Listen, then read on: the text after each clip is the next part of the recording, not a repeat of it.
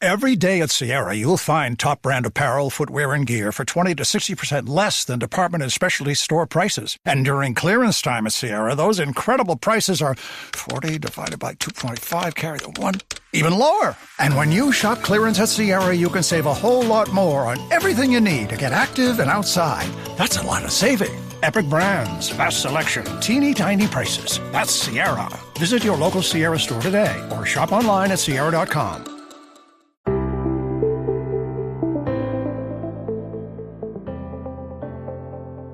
Hello and welcome to the Paddock and The Pavilion. I'm your host, Stephen Wallis.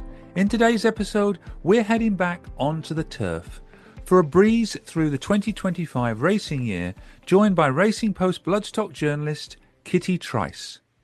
Kitty reviews the bloodstock year, the leading sires and the horses who made the headlines, touching on the big races and the key moments along the way, from the Saudi Cup to the Japan Cup. It's a fast-moving look back at the flat season and the stories that defined it. Hello, Kitty. Thanks for rejoining me on the Paddock and the Pavilion. Hello, thank you for having me. It's great to be on. Happy New Year, everyone. I'm not really sure what time you sort of stopped saying that, but it's halfway in January, so I think that's still fair. I've had that. Happy New Year to you. In this episode, we're going to look back at the flat racing year of 2025 through your job and also the famous races, many of which you've probably seen. I wanted to start, though, talking about your job. How many countries have you been to this year? Oh gosh, well, I did a post on my Instagram the other day. I think it was 7. Couple of countries I've been to twice. So Ireland and, for the Stallion Trail, which I'm going to tomorrow actually, and then the Dublin Racing Festival. But yeah, I've been to quite a few places, so very lucky. Have you got a favourite? It's difficult. Racing wise, going to the Saudi Cup and seeing Forever Young versus Romantic Warrior was very, very special. Not work wise, Oman's beautiful. I do love the Middle East just for, cultural, historical reasons. I find it a fascinating place. But Oman is absolutely beautiful and I'd recommend that. Everyone was lovely, so very special. And I can tell by the way what you're saying, you love the job you do. I do. I'm very lucky to talk about horses all the time, see them. Well, I'm seeing them over the next couple of days, and just very lucky because you do your job for most of your life, and I'm that sort of person that has to do a job I love because I don't think it would work for me if I was doing something that yes paid the bills, but equally I'd be unhappy in, if that makes sense. But yeah, no, I am very lucky. And you don't mind all the travelling? No, I enjoy it. I love going to new places. I'm the nosiest person in the world. I do love sort of going here, there, and everywhere. I like being busy as well, which does help. But yeah, it's a blessing to be able to travel. So again, count that among my many good fortunes. Plenty of chances to dress up as well. There is. I need to. I do like buying a dress or two for the occasion. I need to probably stop that because I've got more than enough now. But yeah, no, if you can wear a nice dress and it's nice weather and all that, it's an added bonus, isn't it? So how would you sum up the bloodstock year of 2025? Well, there's certainly a few stories to tell. Some not good, some better. I mean, the obvious low point was the very sad loss of Wotton Bassett. What an amazing sire for Coolmore. What a legacy he's already leaving, and just one of those rags to riches stories. I mean, he really was the full package. But with horses, it's never always easy, and they're fragile, and yeah, it's very sad, and I just feel so sorry for everyone involved because he was a magical horse. But there's all his sons coming to stud, and he's still got a few more crops from his time at Coolmore. So hopefully we can find a few more champions in there. He's already done exceptionally well, regardless, really. But yeah. Leading sire, then Knight of Thunder. Yes, he's British and Irish champion sire, and what a Fabulous horse. He's, started off from much smaller fees and he's just shown from the off what he can do. And, this year was just astonishing and following in his own side, Dubawi, and being champion sire and, career high fee of €200,000. And he's a very special horse. It goes without saying, really, but he really is. The usual Um, suspects still up there, though, Frankel and you mentioned Dubawi. yes, they both are, and then see the stars, Lope de Vega, Kingman. We've got some amazing elite stallions, and that's what what breeders sort of aim to do is send their horses to those stallions. I mean, obviously they stand at huge fees, but yeah, no, I think we shouldn't take for granted what amazing stallions we've got now. Obviously, we need to see the younger generation coming through, but Nice Thunder and others like that, they are coming through, so it's great. But no sire dominating like Galileo. He was a one-off, wasn't he? He and his own sire Sadler's Wells, they were both, forces of nature and, absolutely exceptional. I mean, obviously the current sires we've got now are all exceptional in their own right, but Galileo and what Sadler's Wells, what they've done to racing worldwide is just, it's phenomenal. I've heard a lot about the declining foal crop. How were the prices in 2025? Well, it was depending on flat and national hunt. I mean, flat, the flat side of things, the very best stallions, their progeny sold, and it all comes down to supply and demand, and demand for the very elite offerings. Like in any other industry, there will always be a market for them. The middle and lower tiers are more difficult because people it's difficult because it's a vicious circle because the declining foal crop is due to people getting out and not breeding because they don't make the prices at the sales, and it just is a vicious circle that continues. And then you add in the very bad, the poor prize money here, and compared to everywhere else, and it's just a vicious circle, really. Are there less stallions now than there were? Or I think there are fewer stallions. There's definitely been a drop, particularly in the Newmarket area, although I think we've got a few more this year, so hopefully we can get that back up. But certainly I think a drop in numbers all round is concerning. but the sort of emergence of ammo racing, does that hold the prices up for the big yearlings, Oh, price they yearlings? definitely help here.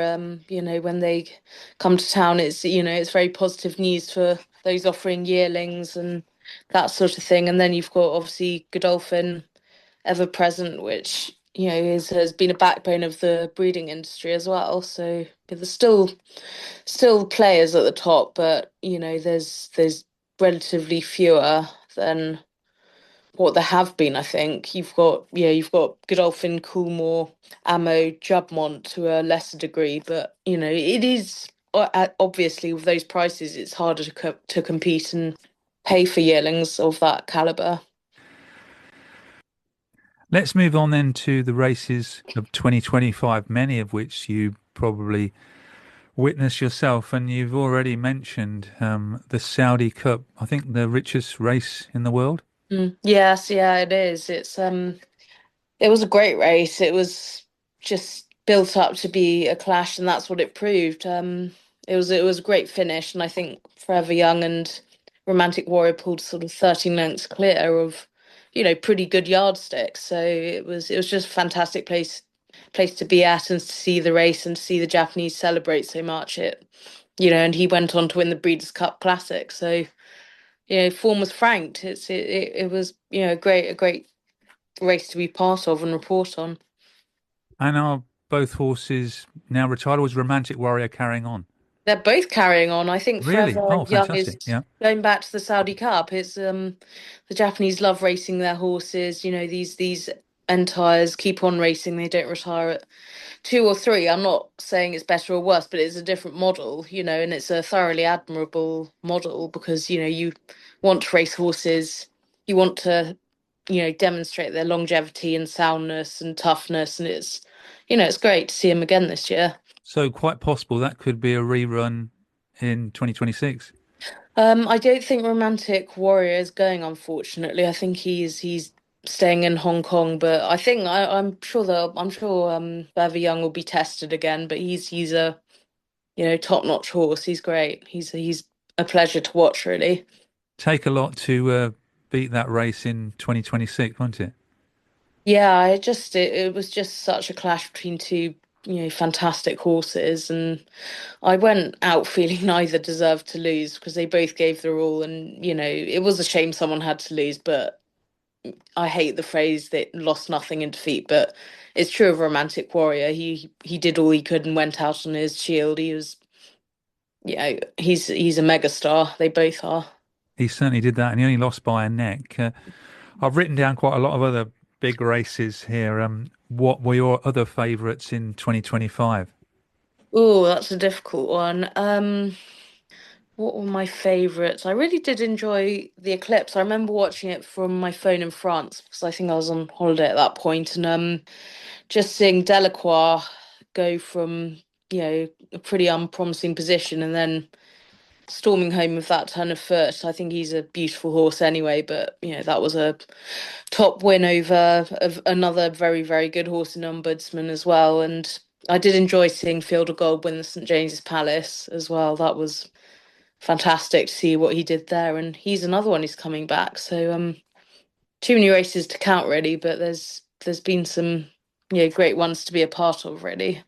Yeah, Delacroix, who was the favourite in the Derby, but only finished ninth. You must have been at Epsom. I was at Epsom actually. I mean, it was great to see Lambourne win. He then backed it up in the Irish Derby, but I think there's going to be some nice horses coming out of the race because I think it was Damasus. I think he cut his legs in the stalls, but he came back to win a listed race in France. I was there as well, and then in a Newmarket Group 3. So I think there's definitely more to come from him, Lambourne, and a few others there, hopefully. So yeah, it looks like it's a race that's so far, hopefully going to work out well. You mentioned one of the horses that didn't win the 2000 guineas at Newmarket, Field of Gold.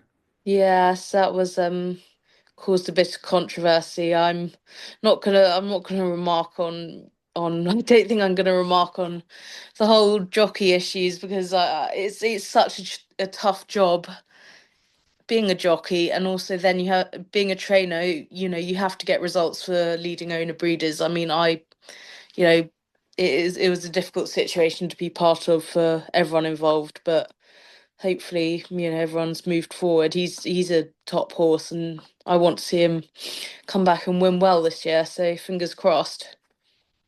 The 2000 guineas, though, it was a close race with Ruling Court, Field of Gold second, and Shadow of Light third. Yeah, it was a ruling court. It was sad we didn't get to see more of him. I feel like there was more to come, even if he didn't quite win after the Guineas. But he showed a great attitude that day, and that was a shame for everyone concerned. But yeah, Shadow of Light off to stud. He looked lovely when I saw him last month at Newmarket, so hopefully goes on to do well at stud. We talked about dressing up. You must have been at Royal Ascot. I was actually. I was there for a couple of days. That was great. It's always a great occasion to be part of. So it's one of my favorite. It's probably my favorite week of the year. Really, it's just it's a spectacular event to be at. Really. What were your highlights at Royal Ascot 2025?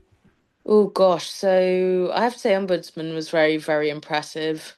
He really just that turn of foot, and I don't know. It's just the way he did it. He traveled so well, and then he put it to bed very very well. I'm trying to think That what was was in the the Prince other of Wales ones. Stakes, wasn't it? Yeah, Yeah, yeah. yeah. Were you there for the um Gold Cup then on Thursday? I wasn't, unfortunately. I thought Gustard was very good in the Coventry as well, and then he obviously backed it up at the Breeders' Cup.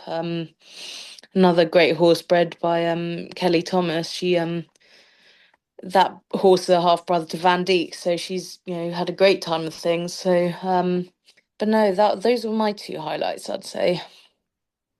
You mentioned Ombudsman and Delacroix. They had a big rivalry in 2025 with Ombudsman gaining Mm. revenge in the Juddmonte. Yes, that was a different race to watch anyway, with the pacemaker in there. It was Uh, Burcastle. He's a good horse himself. He was a listed winner and third to Ace Impact in the Group Two, I think.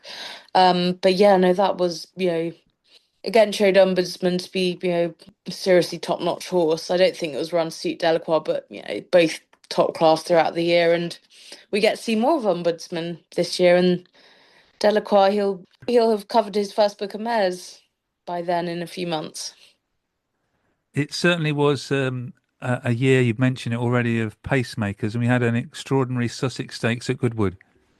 Yeah, that was pretty bonkers. I was there again, but you just didn't expect him to get away like that. I mean, bless him, Kurat, he held on, but Rosalian got there. It was story, he got there too late, which is a bit of it was Rosalian's tale of 2025, unfortunately. He was a super horse, but just didn't go his way, and Kirat won the big one. And sometimes it's good to have surprises, I guess, in a way, because it is sport, and if everything was predictable, it'd be dull. But you never know with horses, and so it showed there. Yeah, you don't get many 150 to 1 Group 1 winners. No, no. Well, he's exceptionally well bred. In fairness, being a half brother to Blue Stocking, and from a fabulous Jubbont family. So yeah, no, it was certainly one of the races I'll remember as being a bit different. Did you get to see any of Asfora's races in the sprinting ranks? And I was there at Longchamp. What a fabulous mare, and she deserves all the plaudits she gets coming up here and beating us. We know the Aussie sprinting division is far superior to ours. But it'd be great to see Kai Ying Rising as well, the Hong Kong sensation over here. But hopefully one day. Yeah, that would be special. I don't think this year, but there's a chance another year.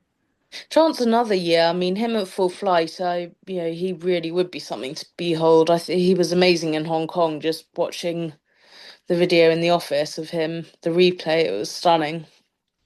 Any 2-year-old races that stand out for you?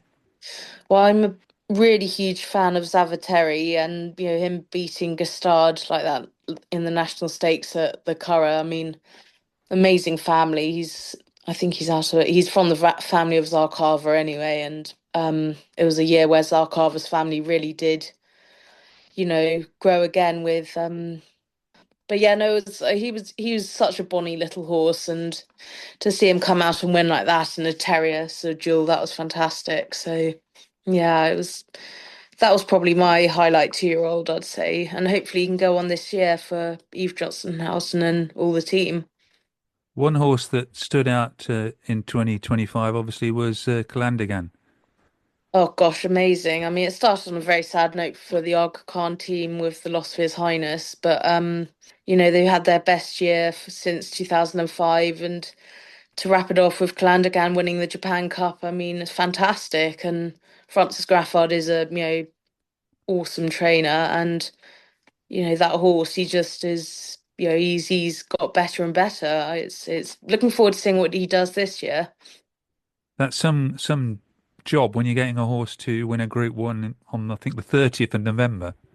Yes, and he ran in Dubai as well, so he had been on the go for, a fair bit of time, but the toughness and tenacity he showed, it was great, and hopefully he'll be back for a repeat this year.